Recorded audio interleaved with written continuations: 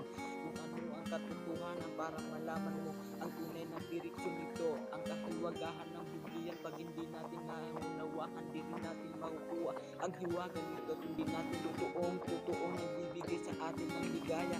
Baka ikaw ay sumubong pag ito ay iyong binasa at di mo naunawaan ang salitang nagbibigay sa iyo ng tunay na pag-asa.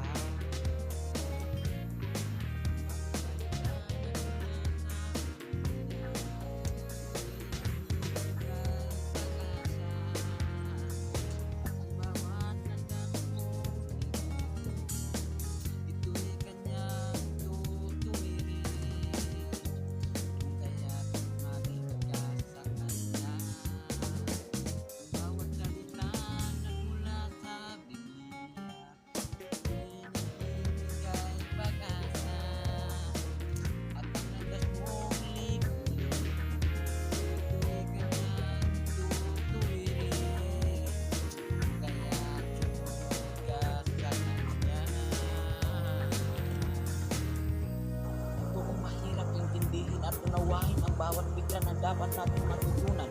Yung ating titignan, parang isang kwento na lamang na parang walang kabuluhan. Subalit yung ating itong uunawain at pagbulay-bulayan na salita sa ating nagbibigay ng pag-asa. Di mo ba napapansin na sa ating buhay ito nangyayari dahil sa ating Panginoon siya ang nagbigay sa atin at pag-ibig na pinagama. Kailan natin mararamdaman ito ay totoo at ito ay ngayon ating matatamo at matatamasa ang hiwaga ng Bible na sa atin ay nagbigay.